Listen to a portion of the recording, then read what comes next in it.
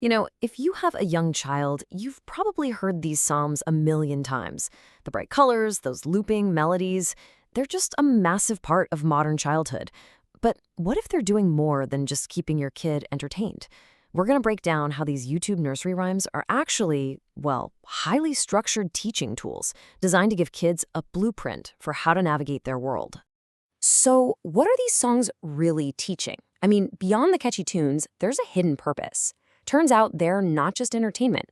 They are these powerful, structured lessons that basically provide kids with a social and emotional starter pack.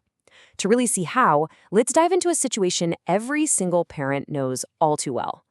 Okay, first step is something we can call the boo-boo protocol.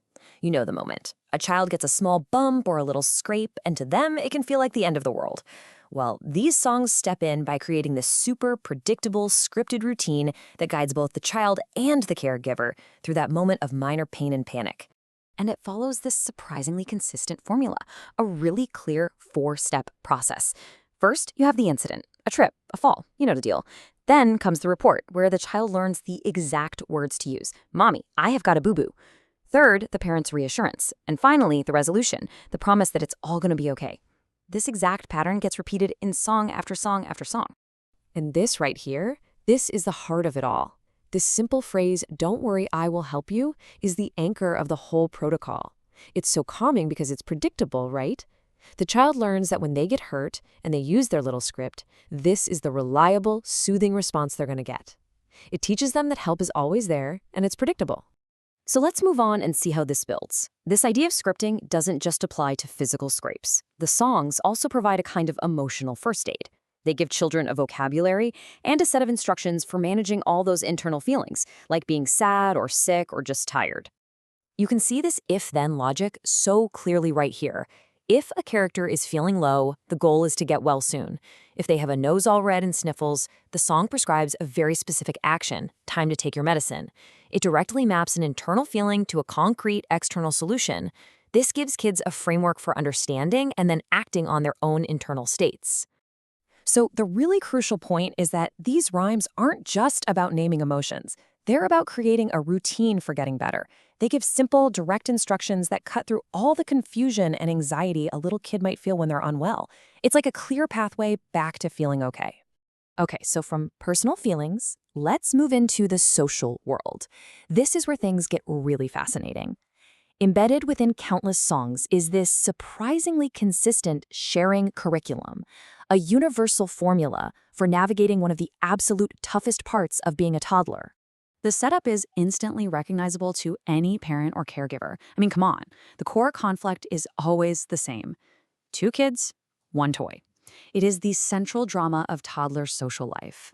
And these songs are designed to provide a single, elegant solution to this problem that happens over and over again. And the pattern is just always the same. It doesn't matter if the fight is over a toy plane, a doll, or a lollipop. The solution is always a magic word, like please, or let's take turns. The songs teach that using this specific language leads directly to a happy resolution. It's one simple script that can solve so many different conflicts. And this phrase is the verbal signal of success. After the magic word is used, the other child responds with, "Here you are." And the resolution is locked in with this new shared reality. It's ours. We share. It's a full conversational script from conflict to resolution that kids can literally memorize and then use out in the real world.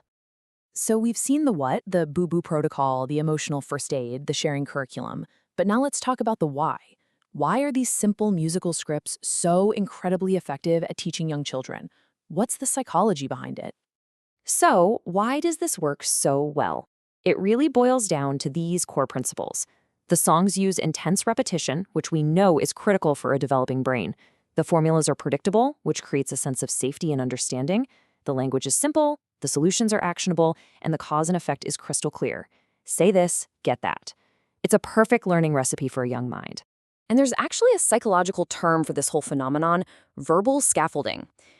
Just like scaffolding on a building provides temporary support during construction, this language provides support for a child who's building their social and emotional skills. The songs provide the exact words they need to navigate a situation they just couldn't handle on their own yet. So the ultimate takeaway is this. These rhymes are not just background noise. They are practical, memorizable scripts that equip both children and their parents with the exact words to use in those stressful, confusing, or emotional moments. They're functional tools for getting through early childhood. And that leaves us with a final, kind of provocative thought. Historically, right, we used fables and fairy tales to teach kids about morality and social norms. In our digital age, could it be that these simple, repetitive, and endlessly watchable nursery rhymes are serving that exact same purpose? Are they the new, highly optimized fables for the 21st century? It's definitely something to think about the next time you hear that familiar tune.